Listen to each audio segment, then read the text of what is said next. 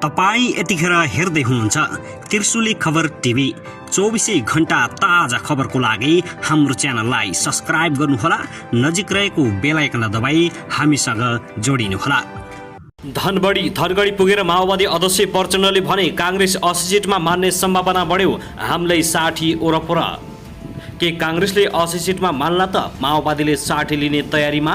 संसदको आयु लम्ब्याउनु हुँदैन, मनोनयनपछि संसद रहँदैन, माओवादी अध्यक्ष पुष्पकमल दाहाल प्रचण्ड। यो निर्वाचन सामान्य जनताले लड्न सक्ने खालको छैन, निकै महँगो भयो, मसँग चुनाव लड्ने पैसा छैन, प्रचण्डको दाबी।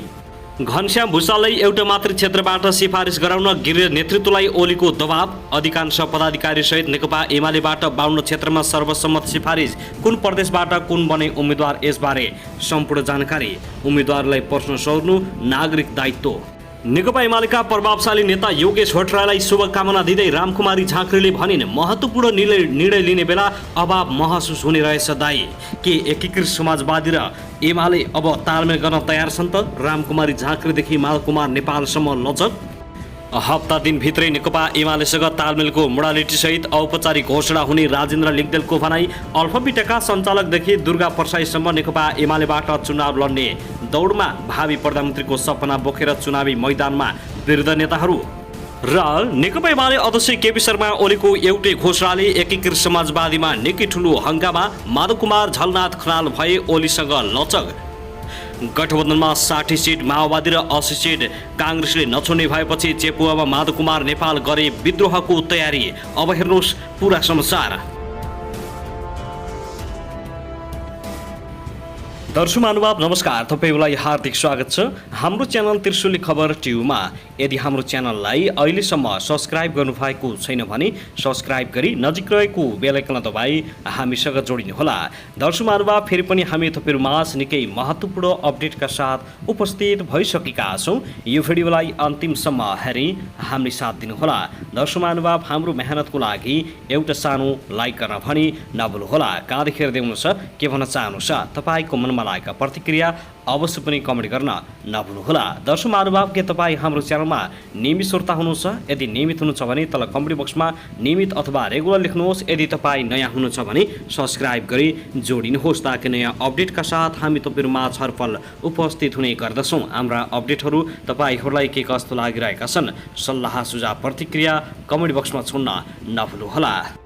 दर्शक महानुभाव, आउनुहोस् अब पहिलो खबरतर्फ लागौँ। नेकपा एमालेका नेता घनश्याम भुसालको नाम आसन्न प्रतिनिधि सभा निर्वाचनका लागि रूपन्देहीका 2वटा निर्वाचन क्षेत्रबाट सिफारिस भएपछि त्यसलाई सच्याउन नेतृत्वलाई दबाव परेको छ। नेकपा एमाले अध्यक्ष केपी शर्मा ओलीले जिल्लालाई दबाव दिएको नेताहरूले बताएका छन्। जिल्लाको क्षेत्र नम्बर 1 र 3 बाट भुसालको नाम क्षेत्रीय कमिटीबाट सिफारिस भई जिल्ला कमिटीमा पुगेको छ। भुसालको घर क्षेत्र नम्बर 1 मा पर्ने भए पनि उनी क्षेत्र नम्बर 3 बाट पनि सिफारिसमा परेका थिए। उनलाई एक क्षेत्रबाट मात्रै सिफारिस गर्न पार्टी अध्यक्ष ओलीको दबाव गएको छ। क्षेत्र नम्बर 3 बाट भुसालसँगै स्थानीय नेताहरू वासुदेव घिमिरे, दुर्गा भुसाल र पूर्व सांसद यज्ञजी शाहको नाम सिफारिस भएको छ। अघिल्लो चुनावमा क्षेत्र नम्बर 3 बाट टिकट पाएका भुसालले तत्कालीन स्वास्थ्य मन्त्री एवं राप्रपाका नेता दीपक बोहरालाई हराएका थिए। जिल्लाका केही नेताहरूले भुसालको नाम फेरि पनि क्षेत्र नम्बर 3 बाट मात्रै सिफारिस गर्ने गरी छलफल अगाडि बढाएपछि विवाद भएको थियो। गृह क्षेत्रका स्थानीय नेता कार्यकर्ताहरूले भुसाललाई 1 नम्बर क्षेत्रमै उठाउनु पर्ने अडान लिएर केन्द्रमा गुनासो राखेपछि ओलीले जिल्लालाई दबाव दिएको बताइएको छ। दर्शक महानुभाव, त्यसैगरी नेकपा माओवादी केन्द्रका अध्यक्ष पुष्पकमल दाहाल प्रचण्डले सत्तारूढ गठबन्धनमा सिट बाँडफाँडको टुङ्गो बुधबारसम्म लाग्ने बताएका छन्। आज मंगलबार साँझसम्म कार्यदल स्तरबाट सहमतिको प्रयास भइरहेको र भोलि बुधबार शीर्ष नेताहरूको बैठकबाट टुङ्गो लगाइने उनको भनाइ छ। सुदूरपश्चिम प्रदेशको राजधानी धनगढी कैलालीमा पार्टी कार्यक्रमका लागि पुगेका दाहालले आज मंगलबार विमानस्थलमा भने कांग्रेसले चर्चा गरिरहेको जस्तो 100 सिट भन्नुभएको छ। पछि 80 को वरिपरि आउने सम्भावना बढ्दछ। हामीले 60 सिट भनेका छौँ, त्यसको वरिपरि मिलाउने हो। एकीकृत समाजवादी 25 र जसपा 25 दाबी गरिरहेको स्थिति रहेको छ। यसलाई आधार बनाएर सबै पार्टीका प्रतिनिधि बसेर प्रतिनिधि सभा निर्वाचन क्षेत्र र प्रदेश निर्वाचन क्षेत्रसम्म बसेर टुङ्गो लगाउने, मिलेको जति मिलाउने, त्यसपछि शीर्ष तहमा बसेर टुङ्गो लगाउने कुरा भएको पर्यटनले जानकारी दिएका छन्। सङ्घीय र प्रदेशका सबै निर्वाचन क्षेत्रको टुङ्गो शीर्ष तहबाट नै लगाउने गरी काम भइरहेको दाहालले जानकारी गराएका छन्। निर्वाचनको सन्दर्भमा गठबन्धनमा हामीले सिट सङ्ख्या, क्षेत्र र प्रदेश एकैपटक टुङ्गाउने भनेर सबै पार्टीका प्रतिनिधिलाई आज बेलुकासम्मको समय दिएको छ। भोलि शीर्ष नेताहरूको बैठकबाट टुङ्गो लगाउने कुरा भएको छ। सबै पार्टीले गरेका दाबी सुन्ने र पछि शीर्ष तहबाट टुङ्गो लगाउने दाहालको भनाइरहेको छ। नेपाली काङ्ग्रेसमा शेखर कोइराला पक्षले 100 सिट आफ्नो पार्टीलाई हुनुपर्ने माग गरेको छ। यस्तो अवस्थामा दाहालको यस्तो प्रतिक्रिया आएको हो। स्थानीय तहको निर्वाचन सफलतापूर्वक सम्पन्न भएको र आगामी मङ्सिर 4 का लागि तोकिएको सङ्घ र प्रदेश निर्वाचन पनि सम्पन्न गर्नुपर्ने दाहालको भनाइ थियो। गत वर्ष संविधान मिचिने, च्यातिने हो कि भन्ने खतरा थियो। यो निर्वाचन सम्पन्न भएपछि त्यो खतराबाट नेपाल टरेर जान्छ। त्यस्तै प्रतिनिधि सभा र प्रदेश सभाको कार्यकाल मनोनयनको अघिल्लो दिनसम्म रहने कुरामा सरकार र सत्तारूढ गठबन्धन स्पष्ट रहेको दाहालले स्पष्ट पारेका छन्। प्रतिनिधि सभामा संसदको कार्यकाल लम्बाउने व्यवस्था सहितको कानुन संशोधन विधेयक ल्याइएकोमा दाहालले त्यसो नगरिने बताएका हुन्। संसदको कार्यकाल एक दिन पनि यताउता गर्नु हुँदैन भन्ने हो। मनोनयपछि संसद एक दिन पनि पर सर्दैन। प्रमुख सचेतकहरूको सल्लाहमा विधेयक ल्याइएकोमा सरकार र गठबन्धनले त्यसलाई अगाडि नबढाउने निर्णय लिएको पनि जानकारी दिएका छन्।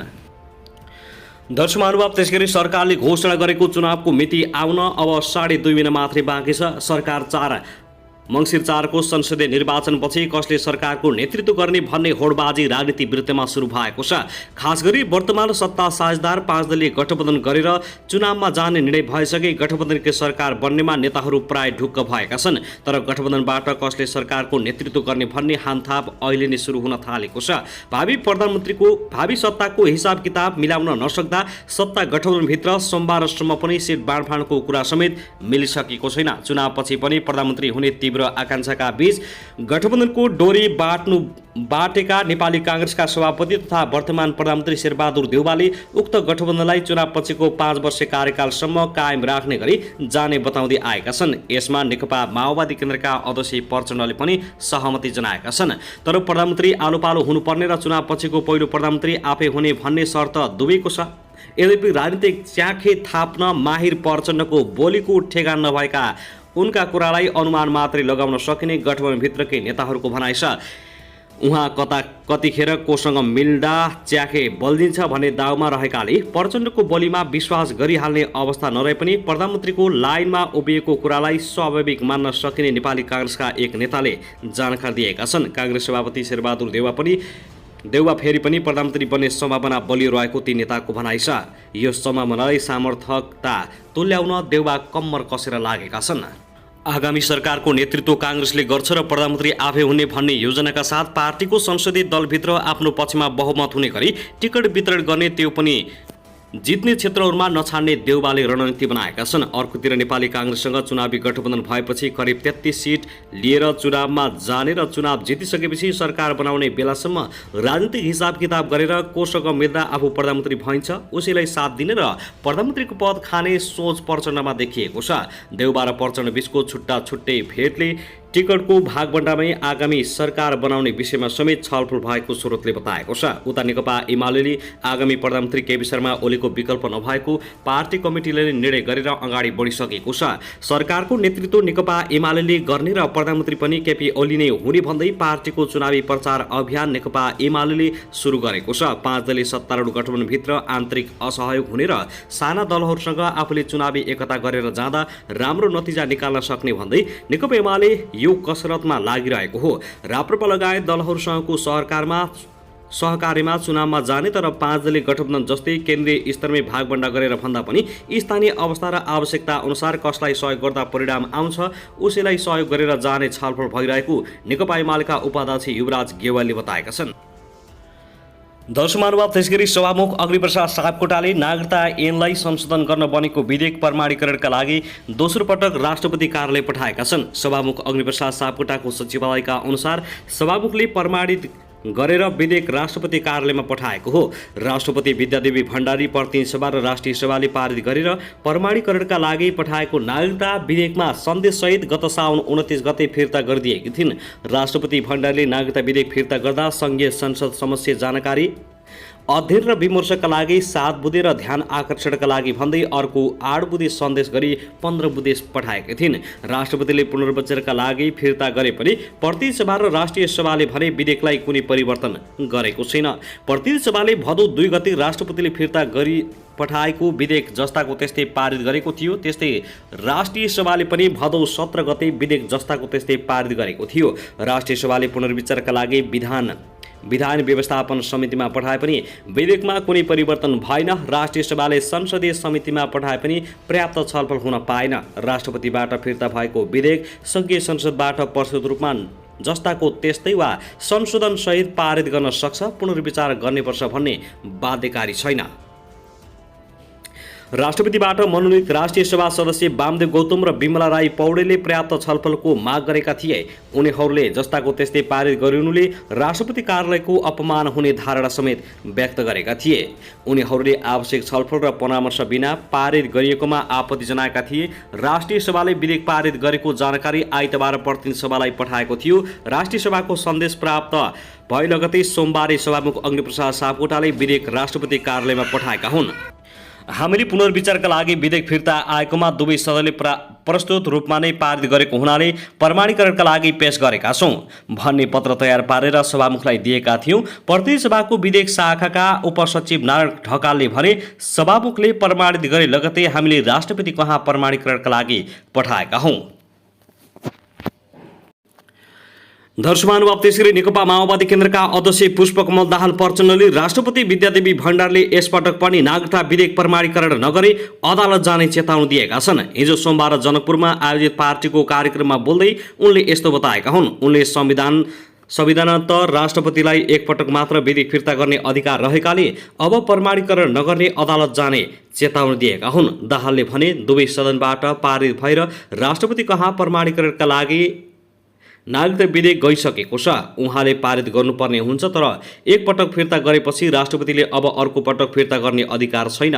नागरिकता विधेयक संघीय संसदको दुवै सदनबाट पारित भइसकेको छ। यसअघि राष्ट्रपतिले उक्त विधेयक प्रमाणीकरणको लागि उनी कहाँ पुग्दा समय व्यतीत गरेर पुनर्निर्वाचनको लागि संसदमा फिर्ता पठाएको थियो। यो बीचमा राष्ट्रपति भण्डारीले विभिन्न दलका नेताहरूसँग सामूहिक छलफल समेत गरेकी छन्।